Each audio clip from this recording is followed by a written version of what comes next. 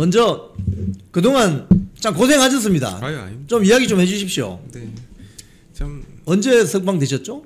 8월 1일 날 석방이 됐고요. 예. 그때 이제 거의 전체 구속된 인원 중에서 한 10% 되는 인원만 이제 석방이 되었습니다. 참 나머지 분들은 정말 이 죄가 사실 없는 분들이 진짜 많아요. 예. 아무런 일을 하지 않았는데도 격리에 있었다는 이유로 지금 아직까지 풀려나지 못한 분들이 있는데 참 이제 감사하게도 이제 기자님께서 저희 이제 서부지법 청년들을 끝까지 이렇게 기억해 주시고 소식을 전달해 주셔가지고 저희가 정말 최소한의 이런 좀 위로가 되는 이런 모습에 대해서 좀 감사한 마음을 좀 전하려고 나왔습니다. 예. 아니 우리 송기호 대표님은 네. 그날 그 서부지법에 그냥 서 있다가 체포된 거 아니에요? 그 이야기 그거 좀 죄송합니다만 좀 본인에게는 약간 좀 기억하기 싫은 대목이겠지만 아니 괜찮습니다. 좀 설명해 주세요. 왜 서 있는데 왜 이렇게 된 거죠? 그 안에 이제 막 너무 위험했단 말이에요. 예. 뭐 충돌도 일어났고 뭐 여러 가지 위험한 상황이 있어가지고 이제 현장을 이제 좀 담아야겠다. 왜냐하면 이게 사실 청년들 중에서도 다친 분들이 되게 많아요. 예. 그래서 그런 현장을 좀 담아야겠다라는 심정으로 이제 안에 있었는데 이제 처음에 제가 체포되기 직전의 상황을 말씀드리면은 예. 경찰이 이제 저를 보고 이렇게 체포를 할까 하다가 이제 카메라를 들고 있고 아무것도 안 하니까 체포를 이제 안 했어요. 예. 그러다가 이제 갑자기 뜬금없이 다른 이제 경찰이 갑자기 저를 확 붙잡았고, 예. 그러면은 이제 또 이 경찰의 어떤 뭐 규정이 있는지 한 명이 잡으면 다 같이 잡게 돼 있나 봐요. 그래서 한 4-5명의 경찰분들한테 이렇게 끌려가서 이제 체포가 됐는데요.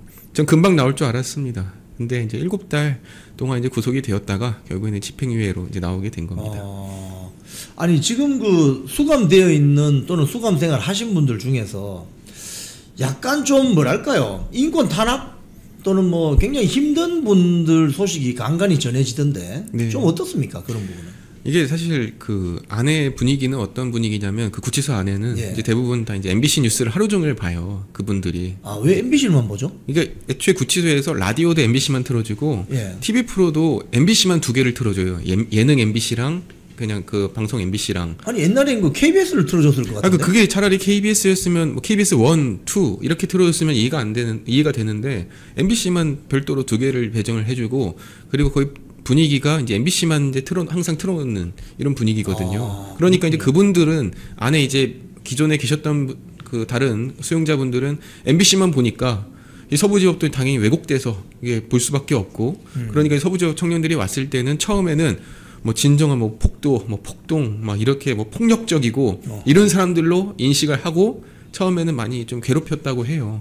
그런데 막상 얘기를 해보니까 아니 뭐 폭력은커녕 오히려 되게 착하고 부드럽고 뭐 그러니까 이제 오해가 풀리고 그래서 이제 초반에 힘들었지만 시간이 갈수록 오히려 좀 수용 생활이 다 편했다고 하더라고요. 지금 그러면 아직도 구치소에 계신 분들도 꽤 됩니까? 많이 일단 전체가 한 105명 정도 되는데요. 예. 그 중에 풀려난 분이 한 15명, 10명에서 15명 정도. 그러니까 나머지 한 80분 정도가 아직 풀려나지 못했죠. 그럼 그분들은 항소를 하는 거예요? 어떻게 되는 거예요? 항소한 분도 있고 안 한 분도 있고요. 근데 이게 재미난 게 사실 이제 처음에 선고가 나기 전에 선고 나고 나서 이제 대부분 예상이 검찰 측에서 이제 전원을 다 항소를 할 것이다. 검찰이 여기서 뭐 끝까지 포기 안 할 거다라고 이렇게 다들 예측을 하셨는데 막상 검찰의 항고는 몇 명이 안 됐어요. 그 왜 그러냐면 검찰이 구형을 1년을 하면은 선고가 1년 4개월 이런 식으로 검찰이 구형을 3년을 하면은 선고는 3년 또는 3년 6개월 막 이런 식으로 구형에 준하거나 구형보다 더 센 판결을 다 선고를 했거든요. 그러니까 지금 검찰 측에서는 우리가 내린 구형보다 더 세게 판결이 나오니까 항소할 이유가 없는 거죠. 그래서 지금 사실 대부분의 지금 분들은 검찰이 항소한 게 아니라 이제 이게 저희 청년들 분들께서 항소를 한 겁니다. 네. 뭐 그 관련해서 마지막으로 하나 말씀드리면 사실 우리 젊은 시각 그 송기호 대표님은 어떻게 보면 유튜버 언론 쉽게 이야기하면 그 현장을 그냥 있는 그대로 시청자님들께 보여드리고자 했던 것일 뿐, 그죠? 거기서 뭐 폭력을 행사하거나 이런 건 아니지 않습니까? 네. 그러니까 이제 처음에 제가 이제 경찰 조사를 받았을 때 이제 경찰분들은 이제 사실상 이렇게 말씀도 하셨어요. 너가 이제 뭐 이 서부지법의 배우다. 그래서 너는 뭐 중형을 맞을 것이다라는 식으로 그냥 말씀을 하셔가지고 네. 제가 그때 속으로 들었죠. 아 이게 실제로 제가 어떤 혐의를 해서 그 혐의에 따른 수사가 아니라 사실상 이미 정답을 내려놓고 하는 수사였구나. 뭐 이런 느낌을 강하게 받았고 그리고 처음에 제가 이제 처음에 이제 적용된 혐의는 그냥 일반 건조물 침입이었는데 갑자기 이제 그날 밤에 유치장에 있었는데 밤에 부르더니 특수 건조물 침입으로 다시 한번 조사를 했어요. 그래서 제가 여쭤봤죠. 왜 갑자기 제목이 바뀌었냐 했더니 아 이거는 이제 위에서 이렇게 이제 공동 특수로 조직 이 조직으로 하기로 했다. 그래서 이제 이렇게 바꾸겠다. 뭐 이런 식으로 그래야 말씀하시는 구형량이 세지거든요. 세죠. 그래서 그런 걸 보면서 아 이게 참 이게 뭐 좋은 변호사를 쓰고 변론을 잘하고 그리고 실제로 내가 혐의를 어떤 일을 안 했다는 걸 입증을 해서 이렇게 재판받는 게 아니라 일종의 참 제가 느낄 때는 어떤 분들에 한해서는 또 마녀사냥식으로 이런 재판도 이루어졌겠구나 이런 좀 의혹을 강하게 느꼈고요. 저는 그래도 나름대로 이렇게 언론에서도 보도가 되고 뭐 언론에서 주목도 하고 제가 또 활동을 하다 보니까 저한테는 그래도 함부로 못했다라고 저는 생각을 해요. 반면에 전 변호인도 대동을 했고 반면에 대다수의 청년들은 알려지지도 않았고 힘도 없고 돈이 없고 변호사도 없고 이런 식으로 처음에 경찰 조사를 받은 분들이 굉장히 많단 말이에요. 그런 분들은 제가 이제 조금씩 얘기를 들어보면은 상당히 저보다 더 가혹한 조사와 수사 그리고 재판까지 받았던 걸로 알고 있습니다. 예, 참 우리 이렇게 애쓰셨던 송규호 젊은 시각 대표님께 여러분들 많이 성원해 주시기 바랍니다. 응원도 해주시고 또 송규호 대표님의 이 유튜브 방송은 이영풍 TV보다 훨씬 구독자가 많습니다. 90만입니다. 90만. 그래서 제가 참 어떻게 보면 어렵게 모셨는데 우리 송규호 TV 좀 그동안 한 7개월 정도 쉬셨으니까 좀 소개 한번 해주시죠. 그래도. 예. 제가 참 지금 이제 방송 시작한 지 한 2주 정도 됐는데요. 저 이제 2주차 신입 이제 방송인이라고 이렇게 말씀드리고 싶은데 아직도 참 많이 어색합니다. 방송이. 그리고 이제 가기 전과 갔다 온 뒤에 많은 분들께서 이제 실망하고 많이 이탈도 하셨고요. 또 반대로 나는 오히려 이런 상황일수록 힘을 보태겠다면서 또 구독을 해주신 분도 있고 그래서 이제 이렇게 뒤섞이면서 결과적으로는 어떻게 됐냐면 제가 이제 체포되기 전에 구독자보다 현 구독자가 한 10만 분 정도를 더 모실 수 있게 됐습니다. 늘어나겠죠. 그러니까 이게 참 감사한 일인 거예요. 우리가 이전 같았으면은 오히려 구독자가 10만 명이 이탈을 해야 되는 상황이었는데 오히려 10만 명의 구독자님들께서 찾아와 주셨다는 것이 이제는 단순히 우파 진영을 넘어서 이제 우리 국민들이 이제 한마음 한뜻으로 모이고 있구나 이런 생각을 하면서 이제는 더 열심히 방송을 해보려고 합니다. 사실 우리 국민들께서 다 아십니다. 예, 뭐 법의 이름으로 이렇게 장난질을 쳐도 다 아십니다. 그렇기 때문에 송규호 대표님의 그 진정성과 어떤 그런 걸 잘 아시기 때문에 많은 도움을 주실 거예요. 저는 그렇게 생각하고 요번에 이런 사태를 겪으니까 우리나라 언론이 그 굉장히 문제 있다고 생각하지 않으세요? 제가 진짜 좀 많이 충격을 받았고 굉장히 실망을 많이 했어요. 이번 아시겠지만 이제 JTBC 기자는 서부지법 건물 7층까지 올라갔거든요. 다 찍었잖아요. 그걸 찍었고 현장에서 체포도 안 당했어요. 이제 체포를 당했을 때 나는 JTBC 기자다라고 말을 하고 석방이 되었고 그리고 이제 기소도 안 됐어요. 송치도 안 됐고 기소도 안 됐고 아무런 제재를 받지 않았고 오히려 이제 뭐 어디 기자협회 어디 좀 작은 데에서 뭐 상도 받았어요. 그러면 반대로 저에 대해서는 이제 뭐 극우 유튜버 뭐 폭력을 주도했다 뭐 반성을 안 했다라는 식으로 언론이 이제 보도를 하더라고요. 어떻게 똑같은 상황인 거잖아요. 저는 그리고 오히려 건물 내에도 들어가지 않았고 경내만 있었고 그 기자는 7층까지 올라갔단 말이에요. 그러면은 이게 저희가 이제 받은 재판은 건조물 침입인데 저는 건물 안에 들어가지도 않았지만 7달의 사실상의 실형을 산 그런 결과로 이어졌고 JTBC 기자는 7층까지 올라갔음에도 그냥 석방이 되는 이런 참 무소불위의 일종의 뭐 권력을 좀 보여줬다고 보고 그러면은 이러한 불균형한 불공평한 일에 대해서 어느 언론이 지적을 했느냐 아무도 언급을 하지 않았다는 거예요. 오히려 지금 이영풍 기자님만이 저의 이런 억울함을 좀 들어주고 전달을 해줄 뿐이지 지금 언론은 사실상 제가 느낄 때는 하나의 정신 세계를 공유하는 뭐 세계관을 공유하는 카르텔이 분명히 있다고 생각을 하고 단순히 언론 카르텔이면 저는 다행이라고 보는데 이 언론과 제가 볼 때는 민주당과 또 사법부의 그 일부의 뭐 우리법 연구원이 국제인권법 연구원이 이쪽까지 연결되는 이 카르텔이 있다고 보거든요. 저는 그 헌법재판소장 문영배 그 MBC 라디오 MBC 방송 나가가지고 손석희랑 대담했고요. 예. 그리고 MBC 라디오 나가서 대담하고 뭐 온갖 프로 나가더라고요. 그러면서 본인이 왜 탄핵을 선고할 수밖에 없었는지 뭐 그런 말도 하더라고요. 아니 뭐 국회에서 해결될 일을 왜 계엄까지 하냐? 계엄은 뭐 이게 문제지 않느냐? 그러니까 정치적인 의견을 선고한 지 몇 달 만에 이렇게 나가서 말을 한다는 게 이게 말도 안 되는 일이잖아요. 세탁하는 거죠. 이건 세탁도 이거 오물로 세탁을 하는 거예요. 이런 거를 누구도 지적을 못 해요. 오히려 본인이 더 뻔뻔하게 MBC 라디오 나가고 MBC 방송 나가서 말을 하고 있고 이걸 문제제기하는 사람들이 우리 유튜브 방송에서 소수 의견처럼 목소리를 내고 있는 이 상황이 저는 상당히 심각한 기울어진 운동장이라고 보고요. 우리는 이거를 끊임없이 문제제기를 하고 특히 단순히 제가 목소리를 내는 것도 있겠지만 언론인 출신이었던 이영풍 기자님이나 이런 분들이 지금 어떻게 보면 저는 유튜브와 언론의 이제 중간 다리 역할을 하고 계신다고 보는데 이런 이영풍 기자님 같은 분들이 중간 다리 역할에서 끊임없이 이런 언론의 문제점을 지적을 해주신다면 오히려 저는 조금 더 빨리 이런 언론의 정상화를 좀 만들 수 있다고도 생각을 합니다. 지금 뭐 우리 송기호 대표님 말씀하시니까 저도 한번 소리 한번 질러야 되겠네요. 지금 언론중재법 개정안이 다시 추진이 되는데 한국기자협회, 한국PD연합회, 민노총 언론노조 뭐 반박 성명 나온 거 제가 아직 못 봤습니다.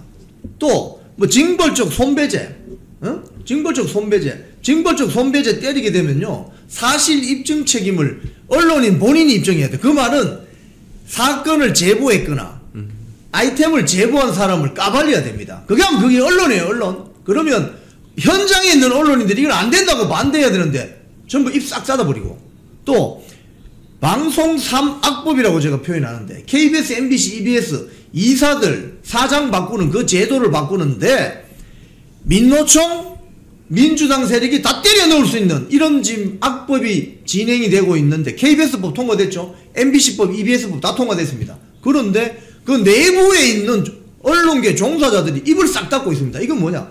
송기호 대표님 말씀하신 카르텔인 거예요. 카르텔. 민노총 카르텔. 민주당 카르텔.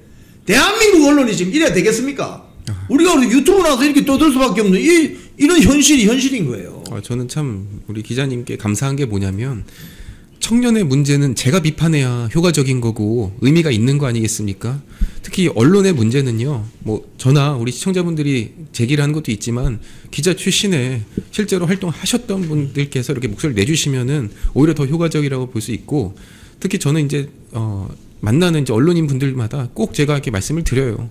방송을 하시라. 방송을 하셔서 지금 이 벌어지고 있는 문제점을 언론인 출신으로서 지적을 해달라. 이렇게 말씀을 많이 부탁을 드리는데 이제 좀 제가 모르는 또 이제 내부에 뭐 이런 복잡한 상황들이 있는 것 같아요.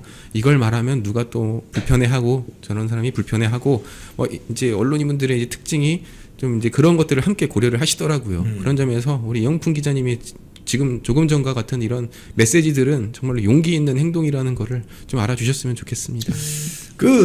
오신 김에 우리 2030 청년들 좀 정서 분위기를 좀 여쭤보고 싶은데 지금 사실 뭐 윤어게인이나 뭐 2030 청년들 명동거리 행진하는 이런 거 있지 않습니까? 네.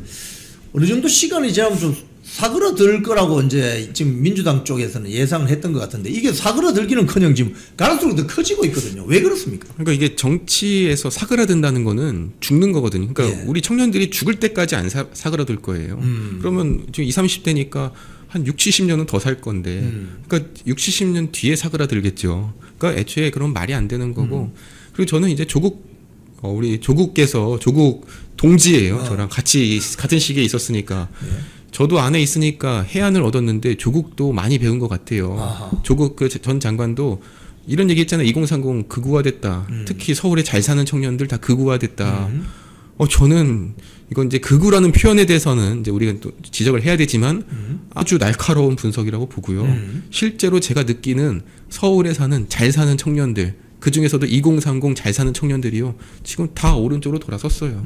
그럼 왜 그럴까? 왜 그럴까? 그분들의 어머니, 아버지 세대는 다 이제 왼쪽에 성향을 갖고 있거든요. 그러면은 원래는 우리가 보통은 부모님 성향을 따라가잖아요. 근데 지금 2030 세대는 부모님과도 좀 싸우고 가출도 하고 심지어는 우리가 언론사 사장의 아드님은 지금 맞아요, 또 맞아요. 최전선에 싸우고 있지 않습니까?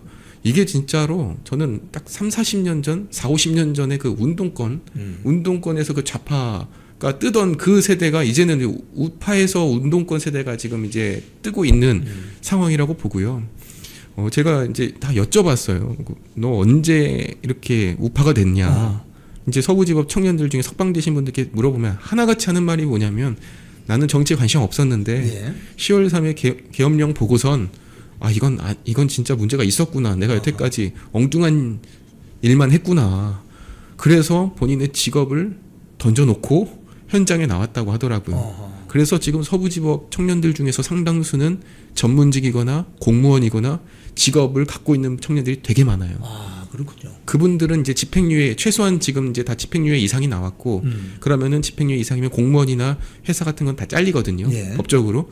직업을 던져놓고선 뛰쳐나온 거예요, 청년들이. 그러면 제가 물어봤죠. 아니, 직업이 있으면 그냥 좀 뒤에서 있어야 되는 거 아니냐. 왜 굳이 이렇게까지 무리를 했느냐 하는데 내가 지금 300만 원, 400만 원 일 더 한 달, 두 달 하는 게 중요한 게 아니라 지금은 나라 살리고 나라가 무너지는 상황에서 목소리를 내는 게 더 중요해서 나왔다라고 말씀을 하시더라고요. 그런 점에서 우리 조국 전 장관이 말한 것처럼 2030 잘 사는 청년들 다 지금 우파로 넘어왔습니다. 지금 그 조국이 극우 청년 갈라치기 하는 거 보면 쉽게 이야기하면 그 심각성을 이야기하는 게 아니고 이 급부상하고 있는 이 제대로 정신이 박힌 2030 청년 세대를 두려워하는 거 아닙니까? 무섭죠. 왜냐하면 조국혁신당 2030 지지율이 막 1~2% 될 거예요. 그리고 지금 이제 그래서 극우 프레임이 이게 왜 실패할 수밖에 없냐면 제가 이제 극우라는 표현을 이제 좀 정의를 바꿔야 될 것 같아요. 원래 극우라는 정의는 이제 어떻게 보면 일단은 뭐 폭력을 수반해서 뭐 이런 독재를 또 주장하고 뭐 이런 이제 정의들이 있을 건데 지금 저들이 말하는 극우에는 이제 최근에 그 깅그리치 하원 의장 뉴스 깅그리치 11선이죠. 그리고 뭐 보수 미국 공화당의 원로라는 분도 극우가 됐고 트럼프 대통령도 지금 극우잖아요. 저들에게 있어서 미국의 지금 재선 대통령도 극우다. 지금 그리고 이제 유럽, 영국, 프랑스, 독일 이쪽도 지금 다 우파 정당이 다 지금 이제 제일 정당이 되고 있는데 거기도 지금 언론 기사를 보니까 극우 득세, 극우 정당이 제일 여당이 됐다 이렇게 하더라고요.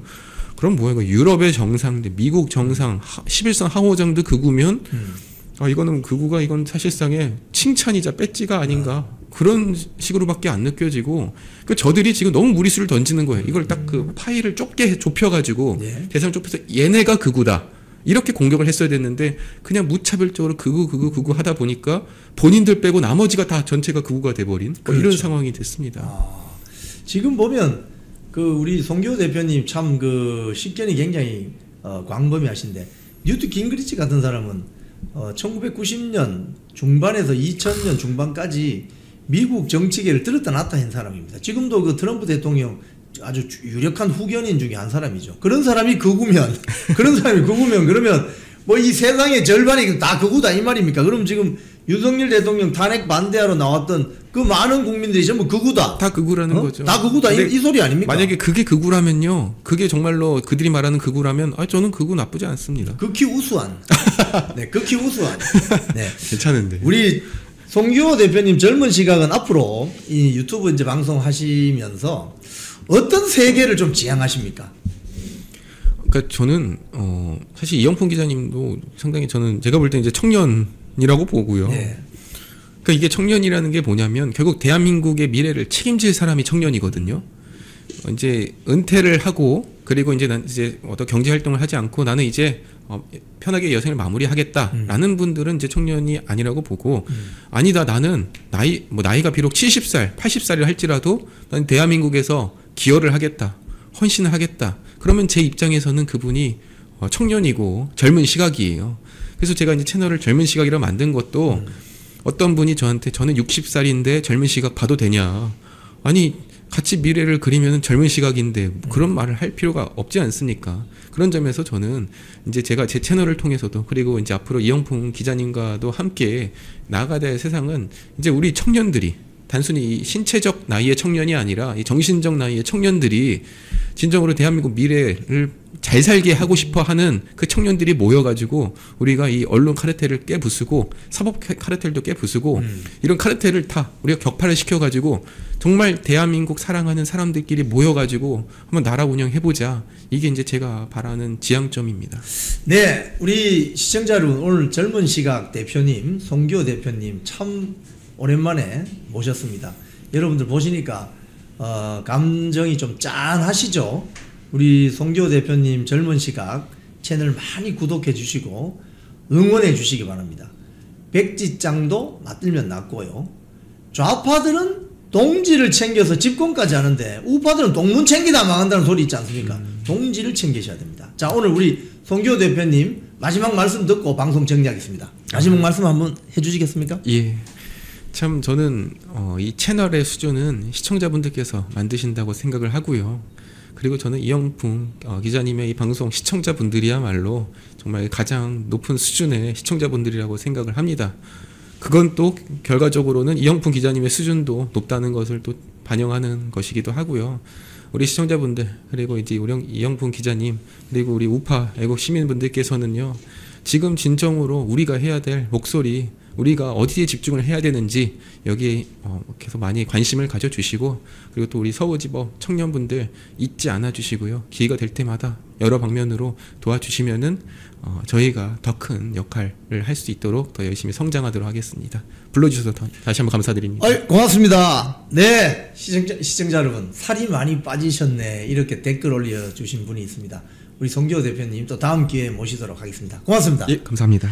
네, 시청자 여러분, 저는 서부 자유청년운동에 별로 도움이 된 게 없는 것 같습니다. 우리 송기호 대표님은 정말 무려 7개월 넘는 시간을 수감생활하면서 이렇게 고초도 겪으셨는데 저는 방송한다고 별로 기여도 못한 것 같습니다. 앞으로 저는 지금 뭐 32만 유튜버밖에 안 되지만 송기호 대표님이 빨리 100만이 됐으면 좋겠습니다. 뭐 저는 천천히 늘어나도 됩니다. 우리 송기호 대표님 채널을 빨리 100만 구독자로 만들어 주시기 바랍니다. 오늘 이 방송 보시는 지금 거의 뭐 4,000명 가량 보시고 계신데 모두 송기호 TV 젊은 시각 쳐보세요. 젊은 시각 송기호 치면 나옵니다. 다 구독해 주세요. 저분을 빨리 100만 구독자로 만들어 주시기 바랍니다. 그래야 어디 가서 활동도 큰 소리 치면서 하실 수 있지 않겠습니까? 주말에 그 부산 중심가에서 네. 청년들의 대규모 집회가 있었어요. 저 불이 잘 식지 않아요. 네. 청년들 집회하는데 한번 나가보시면 어떤 느낌이 드세요? 저는 이게 시대정신이라고 생각을 합니다. 이미 다른 나라에서도 우리가 이야기하는 우파적 가치가 이미 메인으로 떠올랐고 이미 여러 가지 바람을 이끌고 있는데 트럼피즘도 그런 현상 중에 하나라고 생각을 하고요. 유럽에서 이탈리아의 멜로니라거나 독일에서 AfD 같은 대한우파 정당이 각광을 받는 것도 저는 이게 세계적인 흐름, 시대적 흐름이라고 생각하는데 우리나라도 이미 그런 씨앗에 이제 점점 싹트는 이런 여러 가지들이 시작된 게 아닌가. 불씨가 지펴졌다라고 생각을 해요. 근데 이게 계속 그런 요구나 이런 것들은 있어 왔지만 행동으로 이렇게 집회를 한다거나 아니면 목소리를 키우는 현상들이 커진 것은 지난 비상계엄 이후이기는 합니다. 그래서 탄핵 정국을 겪으면서 이제 많은 청년들이 그동안 대한민국의 정치 기득권, 좌익 기득권들이 어떤 식으로 이 나라의 법과 제도를 사유화해서 어떻게 사회주의를 안착시키기 위해서 이들이 어떻게 정치를 가지고 제도를 가지고 놀았느냐 사실은 그런 부분들에 대해 반감을 느끼고 있고 이제 그 실체를 알게 된 거예요. 이들이 그동안 해왔던 뭐 친중 이력들이라거나 또는 이제 여러 가지 종북적인 문제들, 그러니까 과거에 뭐 소위 개혁이라는 이야기를 개혁 보수다 이런 주장하는 분들이 입에도 못 올리게 했던 그런 여러 가지 어젠다들의 터부를 사실 지금 다 깨고 있습니다. 그리고 중국에 대해서 우리가 싫어할 수 있는 거 아닐까요? 지금 대한민국 국민들의 세금으로 만든 건강보험이라거나 실업급여를 그들이 부정수탈해서 사실상 지금 정말 필요한 국민들은 그 혜택을 받지 못하게 된 거. 실업급여 지금 고갈됐거든요. 근데 중국인 같은 경우에 실업급여 8회 이상 수탈한 사람도 있습니다. 편취한 사람이 있습니다. 네, 그런 것들이 보도가 나오고 사실 문재인 정부 때 또 저희 세대들은 사실상 세미 공산화를 겪은 세대와도 같다라고 저는 말씀을 드립니다. 나라가 어떻게 무너지는지를 인생에서 가장 중요한 시기에 이제 대학에 진학을 하고 또 이제 사회로 이제 진출을 하는 그 시기에 딱 겪었기 때문에 지금까지 소위 586 정치 기득권들, 87 체제의 정치 기득권들이 나라를 망쳐온 방식에 대해서 특히 그 좌편향적인 정치 기득권들의 여러 가지 문제에 대해서 이제는 목소리 내기 시작했다라고 보고요. 이게 꺼뜨리려고 한다고 꺼질 수 있는 불씨가 아니라고 생각을 합니다. 네, 앞으로 저는 이게 제도권으로도 보다 더 확장될 가능성이 높다라고 생각을 합니다. 지금 유럽 같은 경우는 보니까요. 이민을 반대하는 그런 어떤 유럽 연합에 있는 국민들의 요구가 아주 센 것 같고 네. 미국 같은 트럼프는 또 저기 멕시코나 이 남미에서 오는 불법 이민자들 반대하고 뭐 이런 것들이 무질서를 일으킨다. 네. 근데 대한민국 같은 경우는 말씀하신 것처럼 친중 세력, 네. 친북 세력 이게 문제다 이렇게 젊은이들이 지금 보고 네. 자신들의 미래를 그런 세력들에게 저당을 잡힌다. 이렇게 심각하게 보는 거 아닌가요? 네, 일본도 마찬가지입니다. 지금 일본도. 우리나라와 일본 같은 경우에는 중국이 사실상 약탈자 세력인 거죠. 저는 이런 지금 유럽에서 말씀하셨던 그런 불법 체류자 같은 경우에도 약자팔이 약탈자다라고 저는 항상 말씀을 드리는데 약자팔이 약탈자다. 네, 우리나라의 약자팔이 약탈자는 지금 중국 세력이다라고 보면 될 것 같습니다. 그래서 당연히 반감을 느끼는 거고 부동산 같은 경우에도 중국인들은 자국에서 풀대출 받아서 타워팰리스 사는데 그런 식으로 하면서 대한민국 부동산 시장에 중국 세력이 개입을 해서 청년들이 집을 사려고 하니까 집값이 너무 뛰어서 못 사게 되고 부동산 문제가 발생을 했는데 이게 우리나라만 그런 게 아니고요. 일본도 마찬가지고 유럽 같은 경우에는 이런 무슬림 오일머니들이 사실상 부동산 시장을 가지고 노는 상황이 되어버렸기 때문에 런던 집값 같은 것들도 그런 세력들이 개입해서 굉장히 뛰어버렸거든요. 그래서 막상 정말 그 나라 출신, 그 나라 국민, 그 나라 청년들은 집을 사기가 어려워지는 거.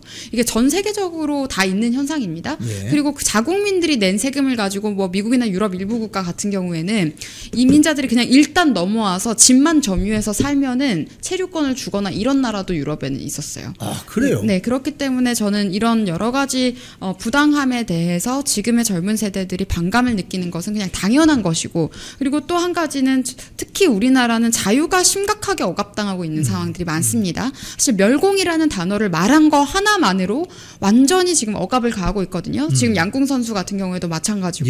근데 멸공은 지금 우리나라에서 상식이지 금기가 아닙니다. 근데 그 이야기를 한 거 가지고 극우라고 몰지를 않나. 그리고 지금 조국같이 입시비리 범죄자가 부끄러운 줄도 모르고 청년들을 향해서 문제가 많다, 뭐 극우다라는 식의 프레임을 또 씌우고 있기 때문에 이에 대해 반감을 가는 건 당연하다고 생각합니다. 다만 우리나라가 그런 서구권의 나라들보다 이런 흐름이나 움직임이 조금 늦게 일어난 이유는 저는 여러 유교적인 문화의 흔적 때문이라고 생각을 해요. 이게 소위 우리가 어리기 때문에 어른들의 뜻에 반기를 들지 못하는 그런 문화가 좀 있기 때문에 이런 목소리들이 조금 늦게 나온 게 아닌가라는 생각을 하는데 앞으로는 저는 그런 나이 프레임들도 다 깨 나가야 된다고 생각합니다.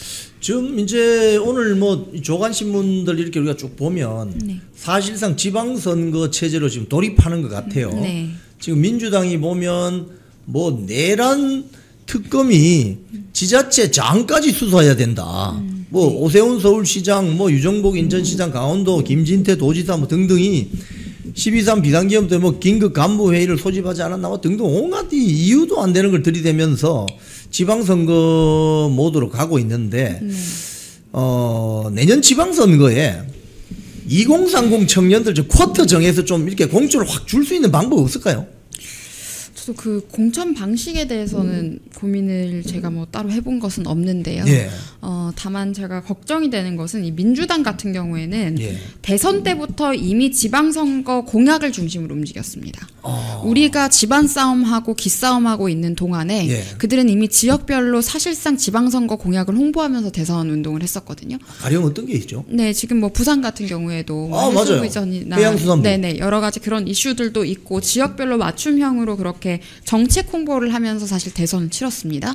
근데 그에 반해서 지금 국민의힘 같은 경우에는 아무런 계획도 없어 보이고 그냥 마치 그냥 그때그때 정해지는 대로 임기응변으로 넘기는 듯한 그런 식으로 하다가 시간이 흘렀고 전당대회를 하면서 또 집안 싸움을 하는 동안 이 사람들은 준비를 다 해둔 거예요. 지금 특검 관련해서도 지금 전현희 뭐 3대 특검 대응 특별위원장 전 전현희 이분에 대해서는 정치적으로 굉장히 별로 좋지 않게 보는데요. 이분이 뭐 선거운동 할 때도 꽃 꽂고 그냥 다니시고 해바라기 꽃 같은 거 꽂고 다니시고 예. 조금 온전치 못한 발언을 많이 하시는 분이긴 한데 지금 예. 이런 사람들이 전현희라는 사람이 지금 총대를 메고 오세훈 시장, 유정복 시장, 김진태 지사 이런 사람들을 겨냥했다라는 거는 이들은 이제 지자체장들까지 지금까지 해왔던 내란 선동의 대상으로 이제 들고 가서 완전히 전 지역에서의 승리를 목표로 하겠다는 그런 야심을 저는 드러냈다고 봅니다.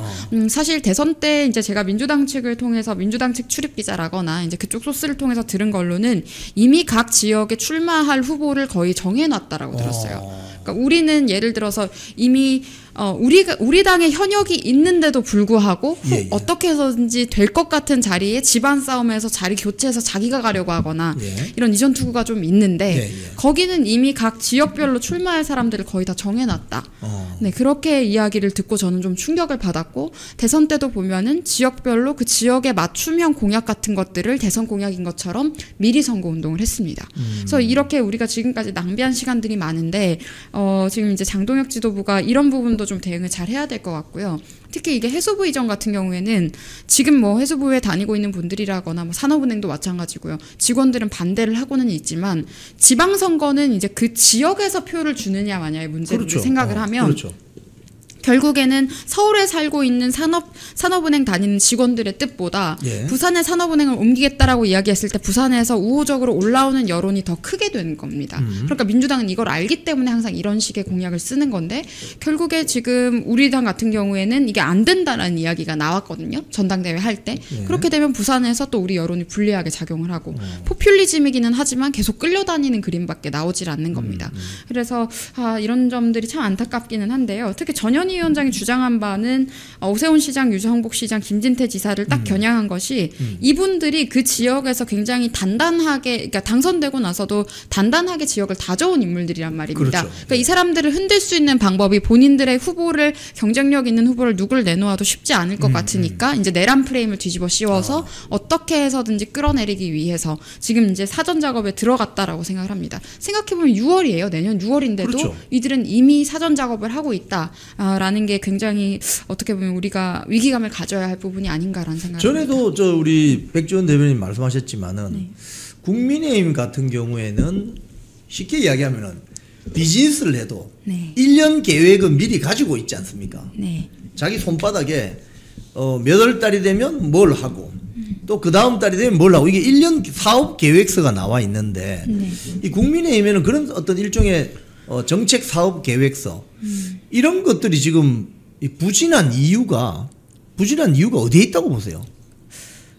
참 이게 제가 좀 답답한 것이 일단 예. 당에 기강이 없기 때문이라고 생각을 합니다. 기강이 없다. 네, 당은 가치 공동체인데 예. 우리 당은 그동안 가치 공동체가 아니었기 때문에 굉장히 민주당에 가까운 이야기들, 그러니까 좌편향적인 이야기, 좌클릭을 하면은 중도에 소구력이 있는 것처럼 호소하는 그런 사람들에게 더 마이크를 많이 주고 그 사람들이 뭔가 대단한 걸 하는 것처럼 비춰줘 왔기 때문에 이 당이 가치 공동체로서의 기능을 상실해 왔습니다. 그렇다 보니까 당연히 기강이 무너지고 인재 관리도 안 되는 것이고 내부에서 정말 쓸데없는 소모적인 음해나 갈등만 계속 많아졌던 상황이라고 저는 생각을 하는데 민주당 같은 경우에는 예를 들어서 뭐 친명과 비명이 부딪힌다라고 하더라도 전당대회에서 이재명 당대표가 당선이 되면은 이재명 당대표 중심으로 당의 질서가 잡힙니다.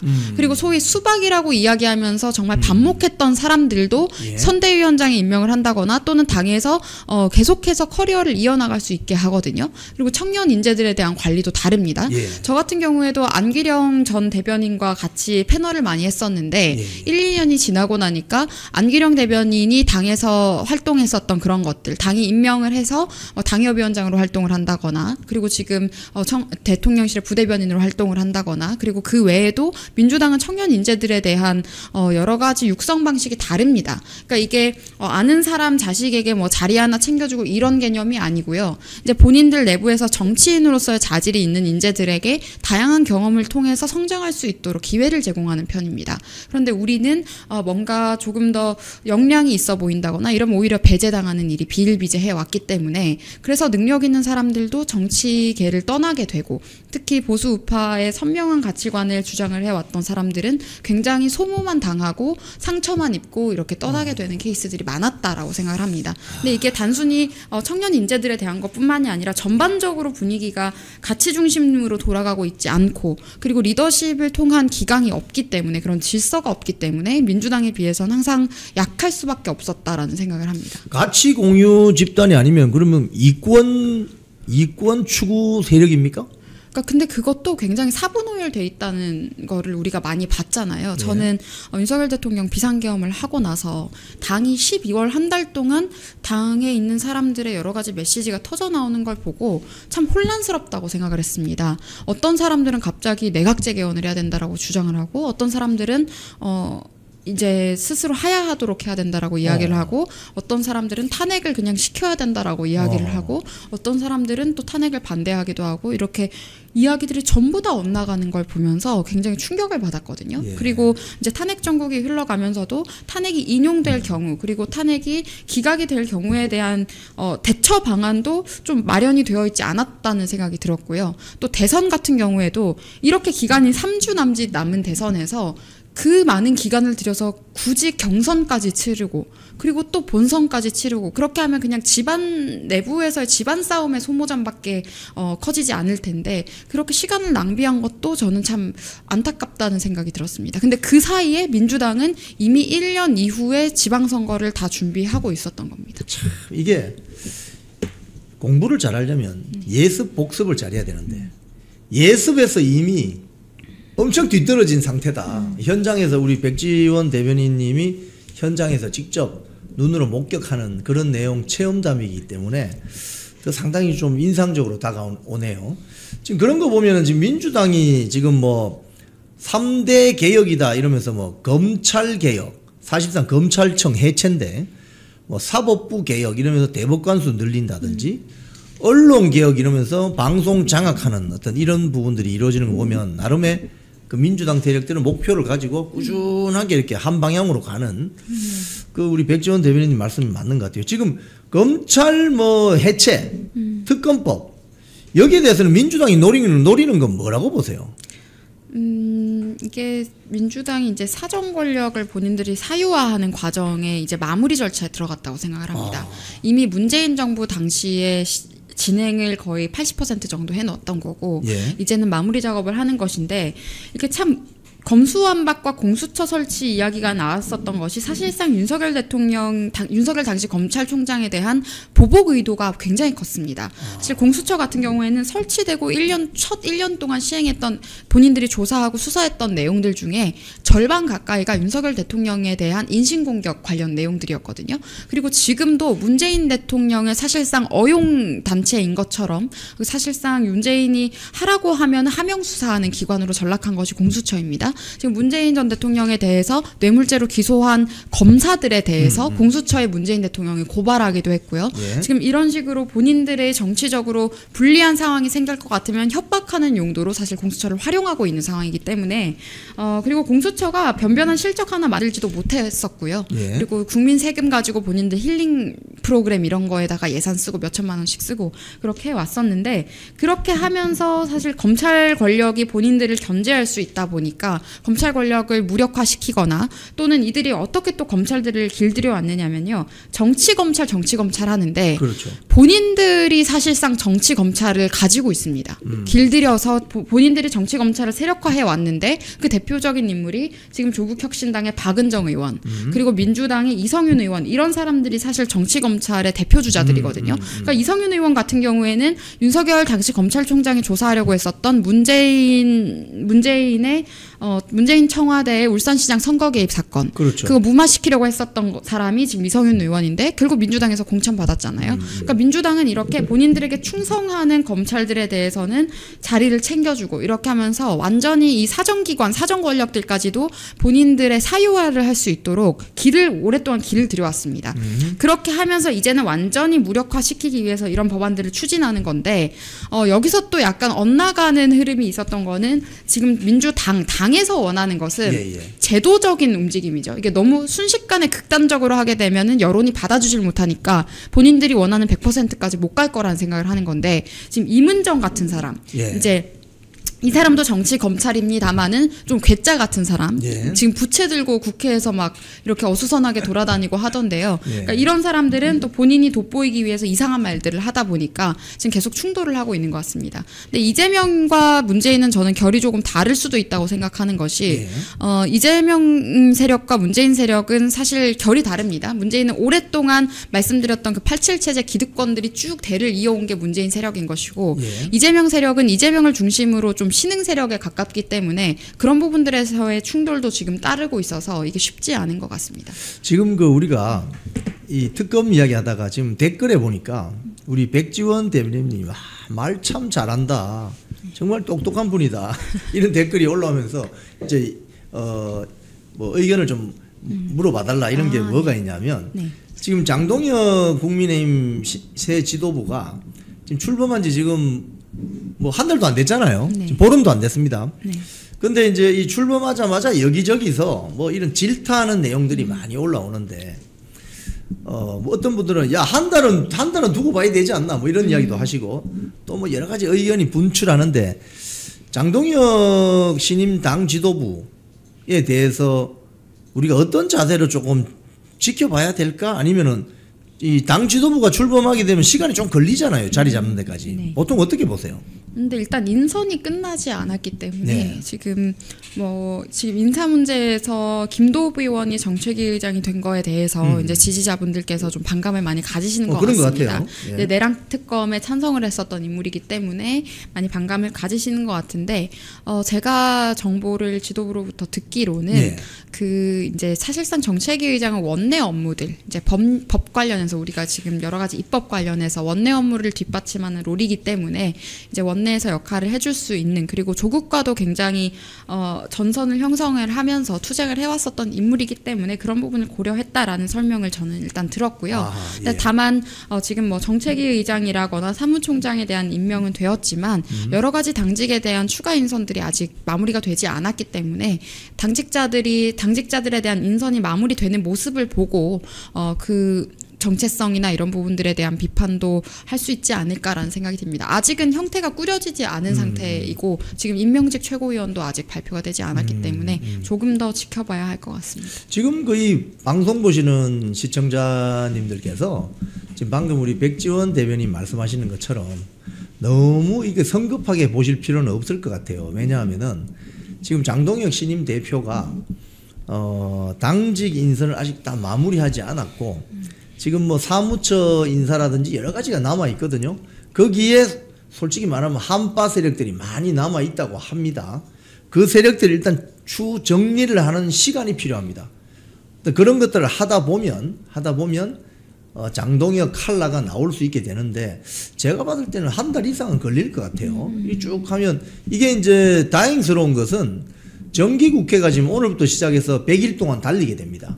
그럼 이 정기국회 과정에서 지금 장동혁 신임 당대표는 원내 투쟁, 원외 투쟁을 지금 선언하고 있기 때문에 그 투쟁 과정에서 좀 옥석이 가려지지 않겠습니까? 어떻게 보십니까? 네, 그리고 또 뭐 지명직 최고위원이나 여의도 연구원장 임명이나 이런 것들도 사실 당의 정체성을 또 상징할 수 있기 때문에 그런 부분들을 조금 더 보고 나서 평가를 해도 될 것 같다. 아직은 꾸려지지 않은 상태와도 전 비슷하다고 생각하고요. 그리고 메시지 같은 것들 이런 현안에 대한 메시지나 민주당 관련해서 뭐 대여투쟁 관련해서는 선명하게 나오고 있는 것 같습니다. 아, 그래요? 네. 지금 그 당 안에 보면은 저는 백지원 대변인 같은 분이 그 당의 뭐 홍보본부장 뭐 이런 메시지 관리하는 그런 본부장 있잖아요. 그러니까 대변인실 말고 지금 홍보라든지 저는 현수막 정치에 대해 굉장히 관심이 많거든요. 그런 쪽에 우리 백지원 대변인님 가서 한번 활약하시는 건 어때요? 그런 거 좀 문제의식 가지고 계시죠? 네, 특히 이게 PR 부분에 있어서 아주 취약하다고 생각합니다. 그러니까 매력적으로 국민들에게 다가가는 그런 홍보물이 정말 중요한데 정치도 그런 것들에 대해서 전략이 굉장히 좀 떨어진다. 민주당에 비하면 가령 민주당을 비판하는 홍보물을 만들 때 민주당의 색깔을 써서 국민의힘에서 많이 만들더라고요. 근데 그렇게 하면은 저는 오히려 국민들이 좀 혼란스러울 수 있다고 생각을 합니다. 그런 것들도 있고 지금 특히 당협별로 현수막 내용이 또 다른데요. 마포에 이제 하문경 당협위원장이 있는 마포 같은 경우에는 특검이라는 글자를 새빨갛게 해서 현수막을 만들어놨던데 그렇게 했을 경우에 국민들은 이 특검을 이재명을 대상으로 한 특검으로 받아들이는 게 아니라 김건희 여사 특검을 먼저 떠올리게 됩니다. 그러니까 그런 식의 현수막이 제일 나쁜 현수막이라고 생각하는데 네, 이런 게 관리가 좀 지역구별로 또 잘 안 되어 있기도 하고 특히 이게 한동훈계라고 들어오신 분들은 정치에 대해서 정말 잘못 배우고 잘못하고 계신다고 생각하는 것이 본인들이 하는 거는 그냥 남 뒷담화하는 세력 만들기 정도인 것이 정치가 아니라고 생각해요. 그러니까 이게 당에서 이런 메시지로 같이 현수막을 내자 그래도 자꾸 본인들끼리 고집스럽게 그렇게 한다거나 이런 일은 좀 없어야 될 것 같고 그리고 당협 같은 경우에도 좀 정비가 필요해 보이는 것이 일부 당협위원장들 같은 경우에는 본인들끼리 어떠한 채널을 지금 운영을 하고 있는데 좌파들보다도 더 악랄하게 정말 끔찍한 정도의 폐륜적인 정도의 이미지물을 만들고 뭐 그렇게 했더라고요. 그래서 이런 것들에 대해서도 당 차원에서 좀 관리를 해야 되지 않을까. 그게 뭐 유튜버 지금 이야기하시는 거죠? 네, 그 언더73이라고 이제 한동훈 추종하는 분들이 하는 그 유튜브 계정인데 그 썸네일이 너무 심각한 정도더라고요. 이 정도면은 사실 저는 이거는 폐륜에 가까운 행위라고 봤는데요. 당에서 이건 적절히 조치를 해야 된다고 생각합니다. 특히 당직을 걸고 어디 가서 그런 행동을 하고 다닌다면 이거는 당의 위신에도 굉장히 손상을 끼칠 수 있는 일들이기 때문에 이런 부분도 문제의식을 좀 느껴야 하지 않나라고 생각합니다. 지금 사실은 이 정당이라는 것이 그 지지자들로부터는 지지를 이끌어내고 그 지지자들에게 미래 비전을 제시하면서 끌고 가는 아젠다를 끌고 가는 이런 역할을 해줘야 되는데 맨날 이거 당 내부에 있는 자기들하고 적대 세력이라고 생각하는 세력들에게 뒷담화나 까고 말이죠. 이렇게 하면 그 정당은 앞으로 가지 못하고 자꾸 후퇴를 하게 되는 것이거든요. 그런 측면에서 홍보라든지 어떤 메시지 기획이라든지 이런 것들이 중요할 텐데 이런 부분들이 참 필요해 보인다. 아마 장동혁 신임 그 지도부가 이런 부분을 굉장히 심각하게 고민해야 된다. 자, 그리고 마지막으로 이거 하나 여쭤봅시다. 지금 이거 바로 또 올라오네요. 언더73 담당자가 장동혁 후보를 매일 깝니다. 왜 까죠? 이해를 못할 정도네. 지금 9월 3일 날 중국 인민해방군 전성일 퍼레이드가 있는데 거기에 대한민국 국회의장 등 민주당 국회의원, 조국당 국회의원 올라간다고 하는데 그 올라가도 되는 겁니까? 그러니까 이것도 참 문제가 많은 게 결국 이제 국민의힘 측에서는 참석하지 않는 것으로 원래는 이제 간사 자격으로 참석하기로 했다가 불참하는 것으로 했는데 절대 참석하면 안 되고 특히 국회의장이 참석해서는 안 된다고 생각을 합니다. 이게 그럼 대한민국 국회 전체가 그의 뜻에 동의하는 것처럼 잘못된 인상을 국제사회에 보여줄 수 있기 때문에 그리고 이게 중공군의 전승절이잖아요. 맞습니다. 근데 6.25 때 중공군의 군합발이 대한민국 국토를 어떻게 짓밟았고 얼마나 많은 국민들의 목숨을 앗아갔느냐를 생각을 한다면 절대 해서는 안 될 행동이라고 생각을 하고요. 특히 일본 같은 경우에는 지금 중국이 전승절 행사를 가지고 혐의를 부추기고 있기 때문에 이 부분에 대해서 이제 우방국들의 참석 자제 요청을 또 하기도 했습니다.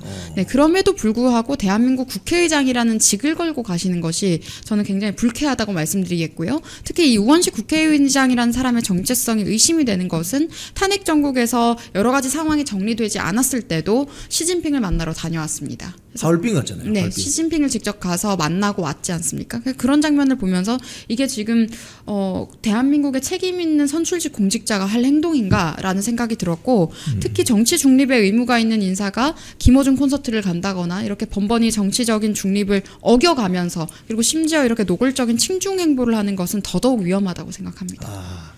지금 오늘 백지원 대변인님 참 말씀 들어보니까 똑 부러집니다. 우리 시청자님들이 굉장히 좋아하시는 것 같아요. 우리 마지막으로 우리 시청자님들께 한 말씀 부탁드리겠습니다.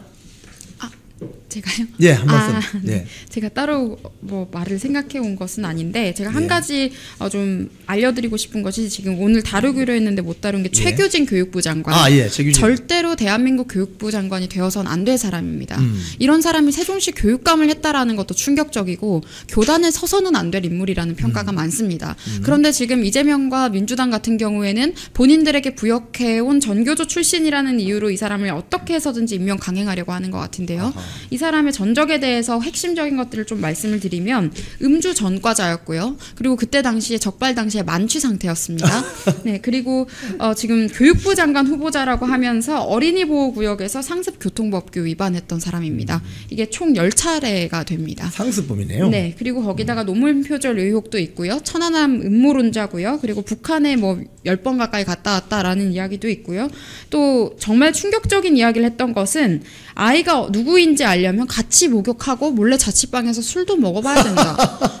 이런 이야기를 했습니다. 폐륜에 가까운. 네, 이게 정상적인 사람이 할 수 있는 발언이 아니고요.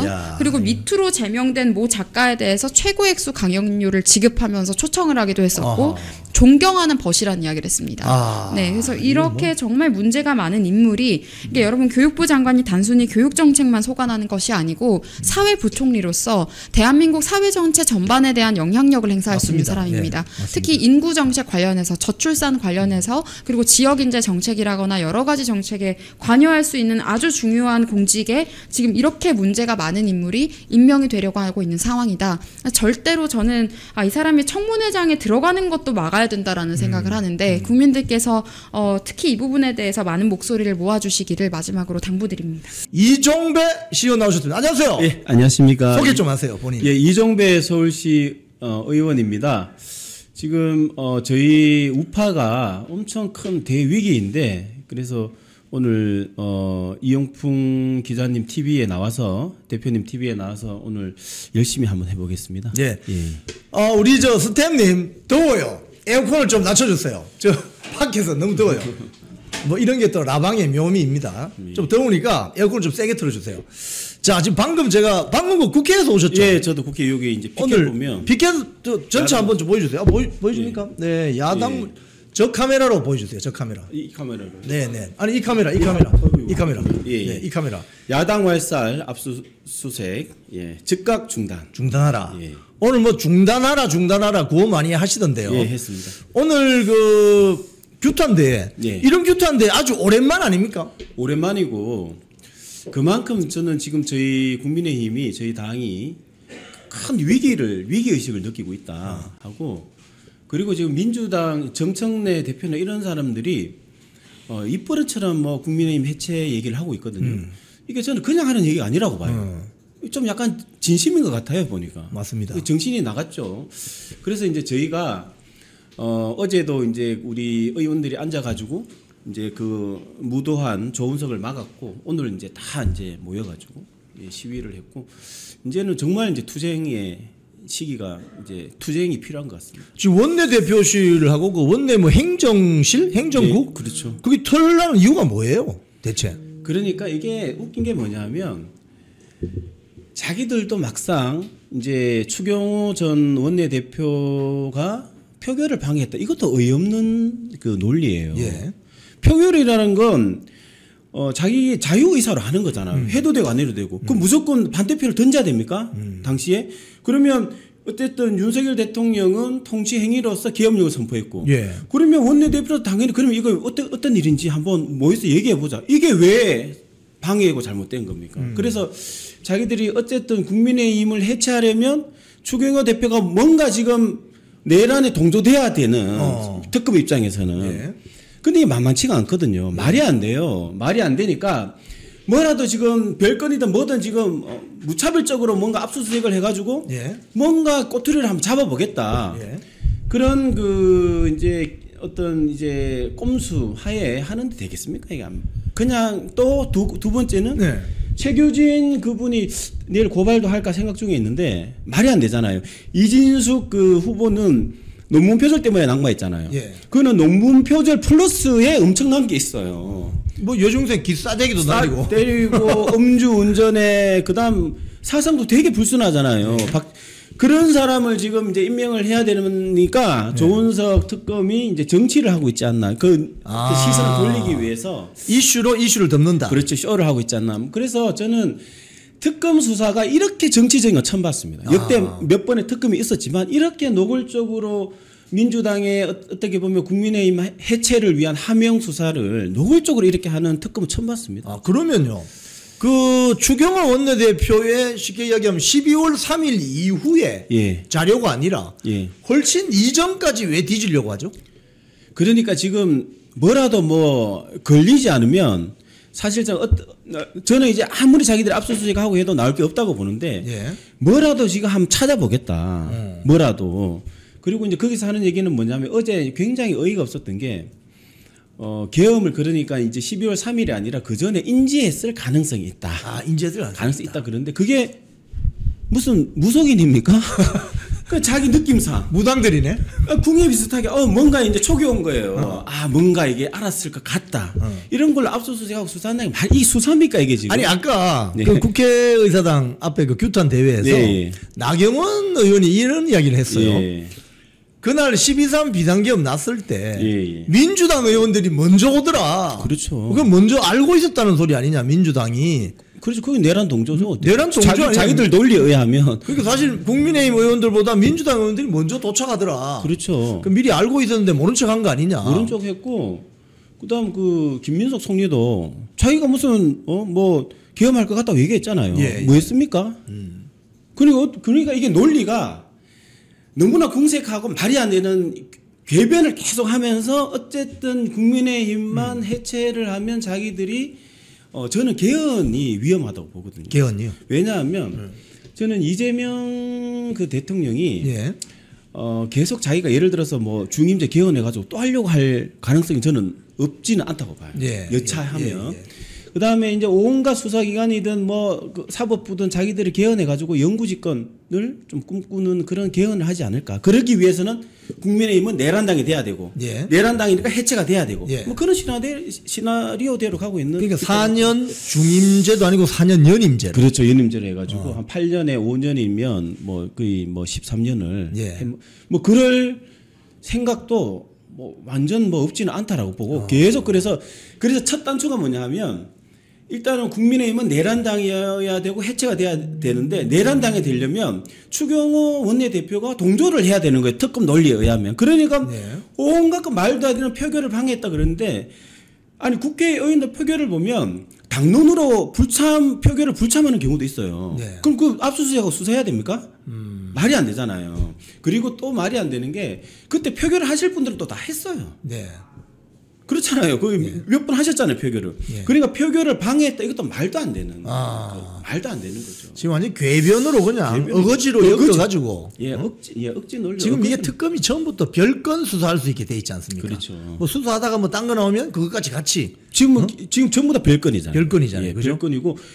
그러니까 계엄을 했던 때가 12월 3일부터 이렇게 그 밤부터 다음날 새벽까지잖아요. 근데 그 2024년도 거 그 전에 했던 행적을 왜 수사를 하냐는 거예요. 말이 안 되죠. 그래서 급한 거예요. 자기들도 이게 이렇게 가다가는 아무것도 안 나오면 자기들이 이제 국민의 엄청난 그 역풍을 맞겠죠. 그러니까 뭐라도 나와야 된다는 생각에 별건에 수사를 하고 있는데 지금 그러니까 나올 수가 없죠. 뭐 내란 특별 재판부 만든다는 이야기도 그렇지만 지금 특검의 그러니까 운영 기한을 늘린다. 30일이었는데 60일로 늘린다. 이렇게 하는 게 지금 현행대로 가면은 뭐 3대 특검이 1심 선고가 내년 지방선거 직전에 나올 가능성이 있잖아요. 그렇죠. 그럼 특검 기한 늘리면 그 총선까지 가자는 이 소리 아닙니까? 총선까지 가고 계속 재판 질질 뭐 어쨌든 총선 전까지 계속 이제 내란 이슈로 자기들은 몰고 가고 싶고 이게 어떤 또 꼼수가 있냐면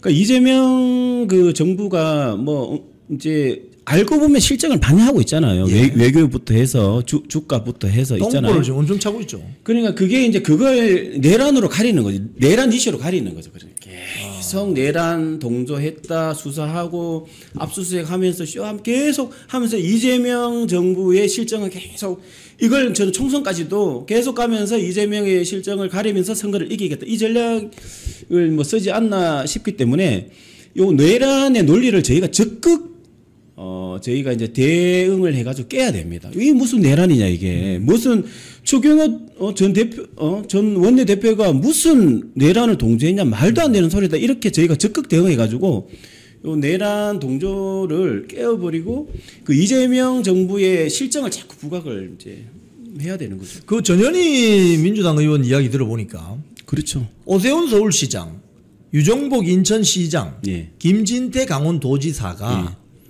12상 비상계엄 때 뭐 간부들 긴급회의 소집했다고 뭐 도청사, 시청사를 폐쇄하려 했다고 하면서 예. 내란 동조 아니냐 뭐 이렇게 몰아붙이던데 이거 지방선거하고 관련 있는 거 아닙니까? 관련이 있고요. 그리고 조금 더 말씀을 드리면 이게 지방선거가 굉장히 중요하더라고요. 왜냐하면 제가 이제 현역 시의원이지 않습니까? 예. 의정 활동을 하면서 우리 주민들에게 민원을 해결해주고 또 이제 지역에 필요한 예산을 내려주고 이런 것들이 다 이게 어떻게 보면 선거에 영향을 끼치는 거예요. 예. 그래서 박원순 10년 동안 엄청나게 이제 서울이 그렇게 민주당 쪽에 우호적으로 됐다가 이번에 이제 보궐선거에서 오세훈 시장이 이제 오면서 그리고 이제 또 저번 지방선거에 당선이 되면서 많이 바뀌었죠. 지금 서울 같은 경우에는 그래도 좀 보수세가 좀 회복이 됐거든요. 예. 그런 말이 뭐냐면 지방선거 그러면 중요하다는 거예요. 어떻게 보면 총선 대선에 어떤 그게 보면 기초적인 표밭을 그런 걸 민주당은 알아요. 뭐 저희도 알겠지만 그러니까 지방선거 중요하다고 생각하니까 지금 오세훈 시장 서울이 얼마나 중요합니까? 그다음 강원도, 인천 이런데 내란으로 엮어가지고 자기들이 이제 또 선거에서 이제 자기 당 사람을 당선시키기 위해서 내란으로 또 엮는데 제가 이제 서울시에 있으니까 알아보니까 예. 이게 너무 엉터리인 거예요. 왜냐하면 제일 중요한 건 평소대로 했다는 거예요. 평소대로. 야간에 아무나 들어오면 안 되잖아요. 예. 그러니까 이게 6시 지나면 다 이제 어떤 매뉴얼 지침에 따라서 뭐 이제 폐용증 있어야 이제 출입증 있어야 들어갈 수 있고 폐용해서 그렇게 원래 하던 대로 평소대로 했는데 느닷없이 그 전현희 의원이랑 그 김병주 의원이 느닷없이 청사를 폐쇄 밑도 끝도 없이 그냥 말을 하는 거예요. 이걸 왜 적극적으로 대응해야 되냐 하면 먹고 살기 바쁜 국민들은 세세하게 사실관계를 확인하기가 좀 이제 확인을 잘 안 어렵잖아요. 제목만 보고도 오세훈 시장 내란 동조했구나 뭐 이렇게 이제 가는 거죠. 그래서 제가 이제 고발을 해가지고 아니다 그게 허위 사실이다. 누구를 고발했습니까? 그 전현희 의원이랑 김병재 의원을 고발했죠. 그 이야기 좀 해주세요. 네. 그래서 제가 이제 그 기사를 쭉 보고 이제 서울시에 쭉 보니까 이제 얼토당토 안 한 프레임 내란 프레임인 거예요. 예. 청사를 폐쇄했다. 근데 이게 뭐가 악질이냐면. 처음에 김명주 의원이 이제 청사를 폐쇄했다. 내란에 동조한 거 아니냐 이렇게 이제 던지니까 서울시에서는 이제 얼토당토 안 한 말이지 않습니까? 그래서 무슨 소리 하냐? 아니다. 우리는 원래 하던 대로 했을 뿐이다. 네. 그렇게 이제 그 반박을 했죠. 그러면 하지 말아야 되잖아요. 사실이 밝혀졌으면. 그런데 그 다음 날인지 다다음 날인지 또 전현희 의원이 또 똑같은 얘기를 하는 거예요. 청사를 폐쇄했고. 왜냐하면 이게 그냥 반박당하면 그 내란으로 못 엮으니까 또 한 번 더 이제 치고 나간 거죠. 그래서 이 사람들이 뭔가 모종의 계획하에 어떻게든 이제 지방선거 승리를 위해서 오세훈 시장이랑 뭐 유정복 시장이랑 엮으려고 하는구나. 그래가지고 제가 이제 다음 날 바로 고발을 해버렸죠. 어떤 혐의로 고발을 하셨어요? 허위사실 유포죠. 허위사실 유포. 예, 왜냐하면 거기서 그 특정을 해서 오세훈 시장의 뭐 서울시가 폐쇄를 했다. 그럼 오세훈 시장 그런 걸 한 적이 없잖아요. 네. 허위 사실 유포, 이제 명예훼손 혐의로 고발을 했죠. 그러면은 경기도지사 민주당 예. 김동연 예. 또는 광주광역시장, 전남도지사, 전북도지사는 그날 뭐 그런 거 없습니까? 거기도 청사 폐쇄인 거죠 어떻게 보면. 그럼 거기도 그러면 문제 삼아야 되는 거예요? 문제 삼아야 되는 거예요. 왜냐하면 제가 봤을 때 대부분의 지자체들이 다 매뉴얼대로 해요. 예를 들어 뭐 일무 시간이 지나면 뭐 그 출입증 있어야 들어가고 그게 있을 거예요. 야간에 운영하는 그 지침이 있단 말이죠. 뭐 다른 지자체도 뭐 특별한 게 있겠습니까? 다 그냥 하던 대로 했을 거 아니에요. 그리고 민주당 놀리면 광주광역시나 뭐 어디죠? 또 지금 있는데 뭐 전북도지사나 예, 뭐 경기도 뭐 이런 데도 뭐 내란 동조인 거죠. 그런 논리. 그러니까 지금 민주당이 조바심이 나고 급한 거예요. 왜냐하면 이 애초에 무리였거든요. 내란을 동조했다, 내란 당이다, 내란 세력이다 이 자체가 무리였기 때문에 자기들이 이제 급한 거죠. 급하니까 막 이것저것 뭐 닥치는 대로 하는데 저희는 차분하게 하나하나 팩트로 저는 이제 싸워야 된다고 생각하기 때문에 이것도 어떻게 보면 고발도 이제 팩트를 알리기 위함인 거잖아요. 허위 사실이다. 예. 뭐 저희는 이제 그 민주당 좌파의 그 허위 공세, 그 가짜 뉴스 뭐 요거를 저희가 대응하는 게 가장 중요한 저는 싸움이라고 생각합니다. 사실 뭐 이런 말이 있죠. 우파를 화나게 하려면 예. 거짓말을 하게 하고, 그렇죠. 좌파를 화나게 하려면 진실. 팩트를, 그렇죠. 사실을 알려줘라. 이러면 좌파들이 뚜껑 열려가지고 그렇죠. 예. 아주 힘들어한다. 그런데 우리 이종배 시의원님은 그동안 고발 전문, 고발 황제, 그 황제급의 네. 뭐 최근에 그 고발하신 것 중에 어떤 특이한 것이나 또는 그게 뭐 검찰이 송치가 된다든지 이런 것들이 있으면 좀 소개해 주십시오.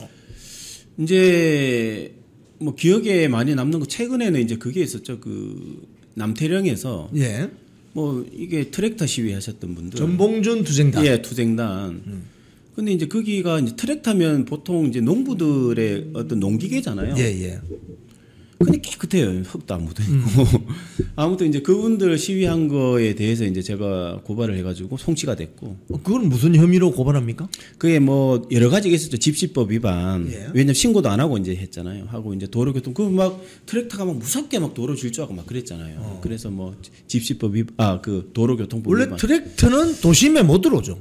그렇겠죠. 예. 또 그리고 또 그게 이제 진입할 수 있는 뭐 허가를 받거나 아니면 진입할 수 있는 또 그 차선이 있을 거예요. 근데 그때는 인도로 막 가고 그랬었거든요. 트랙터. 왜냐하면 막으니까 막 인도로 막 달리고 그래가지고. 무법천지네요. 예, 무법천지고 뭐 그렇습니다. 그건 뭐 사건이 지금 어떻게 되고 그 있습니까? 이제 검찰에 송치돼가 검찰이 또 이제 그 이제 들여다보고 있죠. 보안 수사. 보안 수사가 아니라 자기들이 이제 또 수사를 하고 있겠죠. 수사하고. 그렇군요.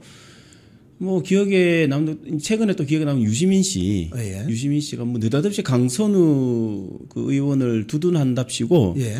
뭐 보좌관이 뭐 사고천이 뭐니 또 이상한 얘기를 해가지고 아시죠? 2차 가해, 2차 가해 해가지고 예. 거기도 이제 허위사실 유포로 이제 고발을 이제 뭐 했었고, 뭐 지금 어제 같은 경우 저는 이제 조은석 특검을 고발했죠. 그건 또 무슨 혐의로? 조은석 특검 이게 엄청난 악질인 게 뭐냐면 자기는 무슨 정의의 사자처럼 막 나는 독하게 수사한다 그러는데 예. 제가 봤을 때는 그냥 민주당 집사 같은 사람이에요. 그냥 민주당을 위해서 자기가 사냥개 역할을 하고 있는 거지. 그러니까 저는 그 사람 보면 좀 이런 표현 써도 되는지 모르겠는데 좀 가소로운 거예요. 예. 자기는 뭔가 뭐 내란을 수사한다 뭐 이렇게 거창하게 자기는 뭐 결국은 민주당 도와주고 있는 거거든요.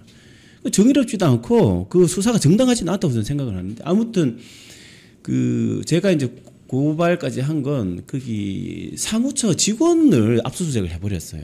그렇죠. 사무처 직원이 무슨 죄가 있고 무슨 증거가 있습니까? 내란 동조인데 사무처 직원을 그리고 이제 사무처 직원이 뭐라고 했냐면 알겠다 변호인을 부르겠다 그랬어요. 예. 그래서 제가 고발장을 이제 쓰다 보니까 변호인의 조력을 받을 권리는 절대적인 권리거든요.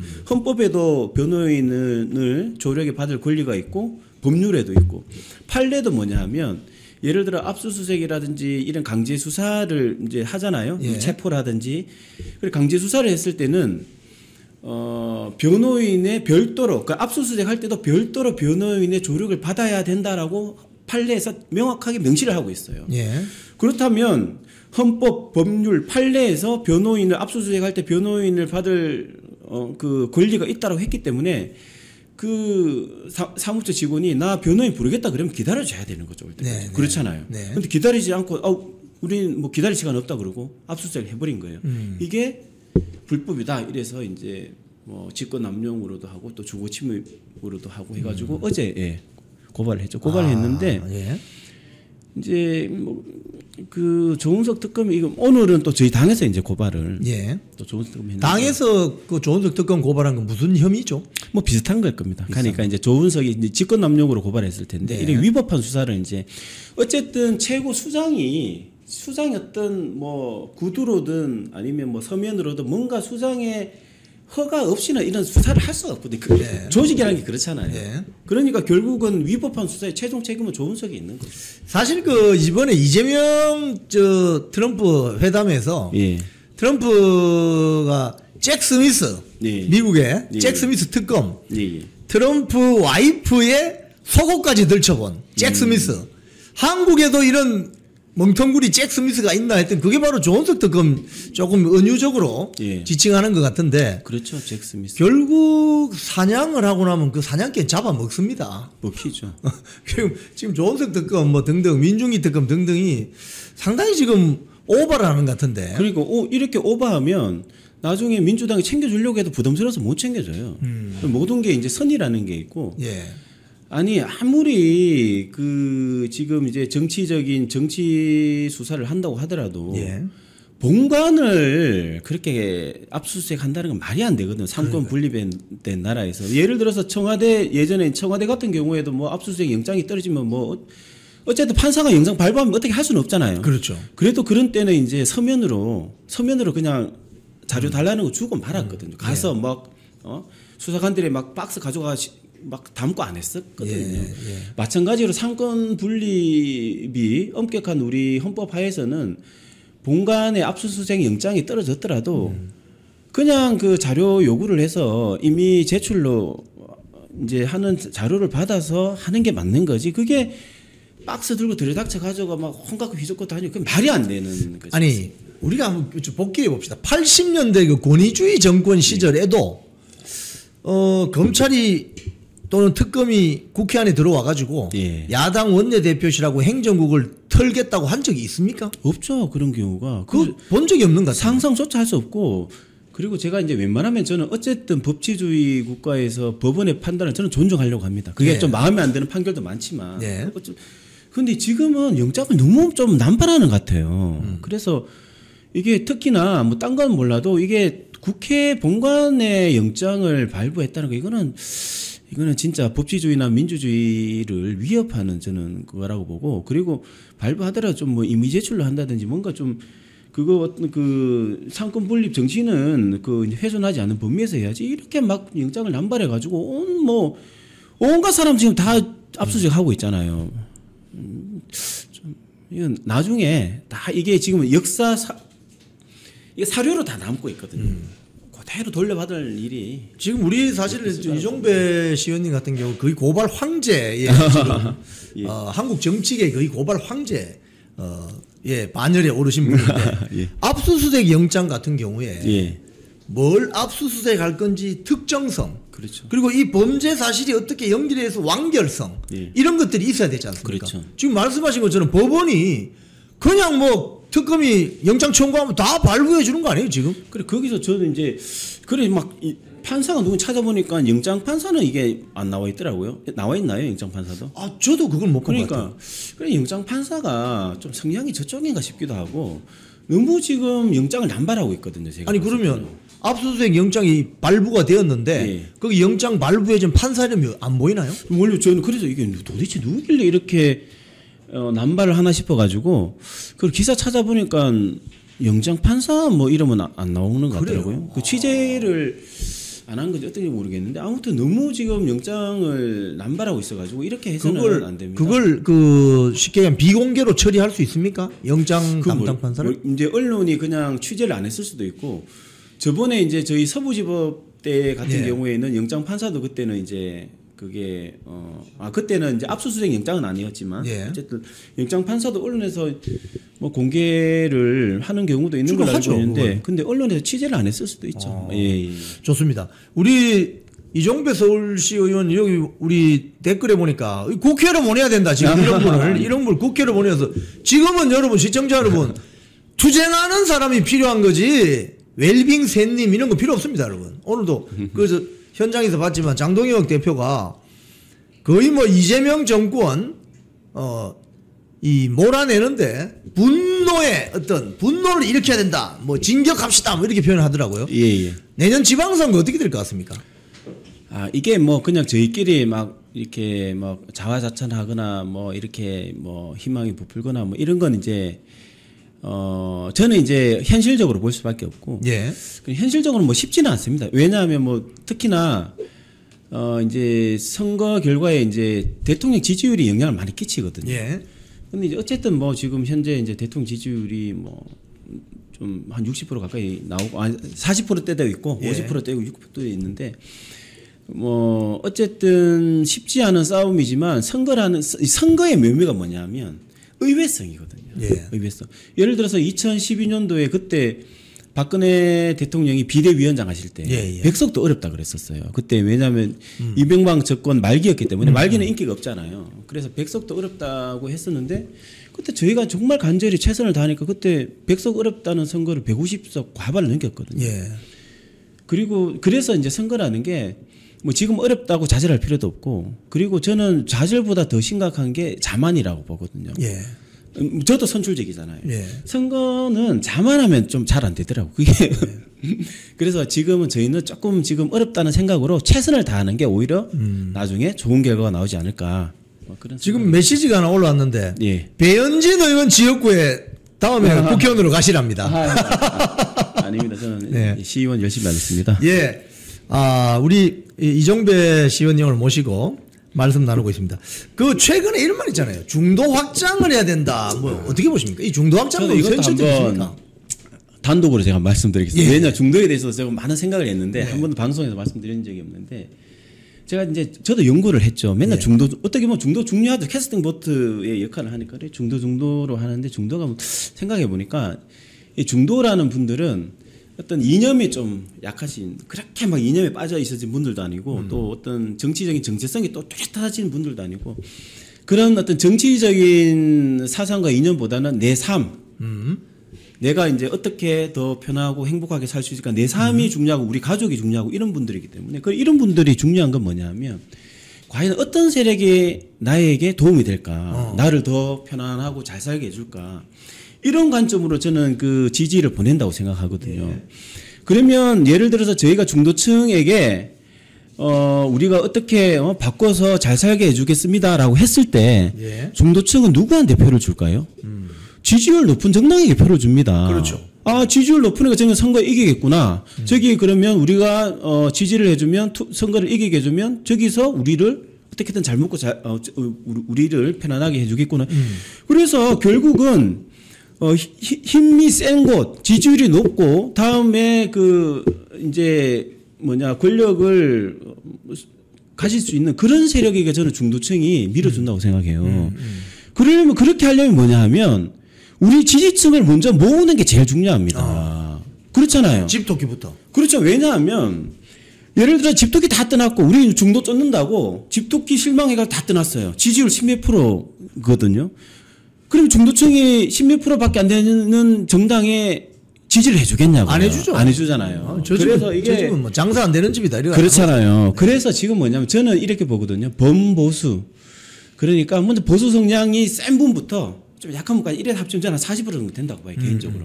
왜냐하면 기본적으로 보수의 이념과 가치가 뭐냐면 그 시장 경제와 자유민주주의이기 때문에 이게 국민의 삶을 가장 잘 우리가 이제 보호해주고 잘 살 수 있게 해주거든요. 네.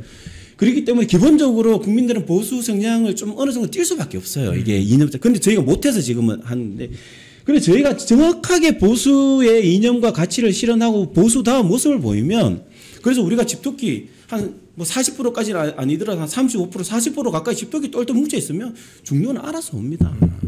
그러려면 우리가 보수를 재건하고 우리가 어떤 게 보수다운 모습인지 해서 우리 집토끼, 그 다음에 뭐 점점점 우리 범보수까지 다 아우러 가지고 지지율 한 35%, 40%, 뭐 45% 이렇게 만들면 중도는 오지 마라 그래도 알아서 오게 됩니다. 그래서 중도의 함정에 빠지면 안 돼.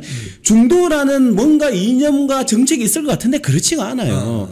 가장 보수다운 정책이 가장 어떻게 보면 중도의 매력적이거든요. 그런데 지금은 우리가 뭐 저는 국민의힘을 좋아합니다만은 뭐 저희 당 소속인데 어떻게 했습니까?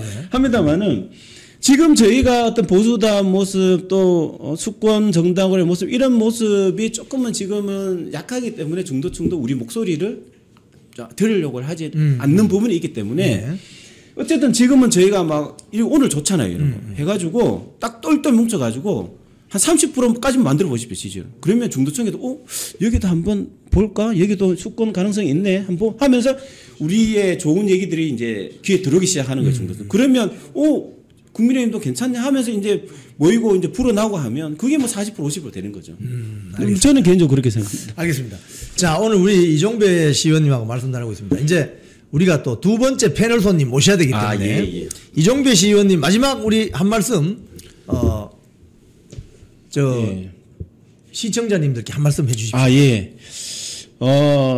저는 이제 이영풍 TV가 잘 되는 게 가장 중요하기 때문에 많이 지지해 주시고 제가 이제 고발도 많이 하고 하지만 이게 알려지지 않으면 효과가 그렇게 이제 좀 많이 제가 아쉬울 때가 많은데 이렇게 이제 오늘 와서 방송 기회 주시고 이런 게 굉장히 큽니다. 우파가 저희가 살아나는데 그래서 이영풍 TV 많이 응원해 주시기를 바랍니다. 그리고 다음에 또 불러주신.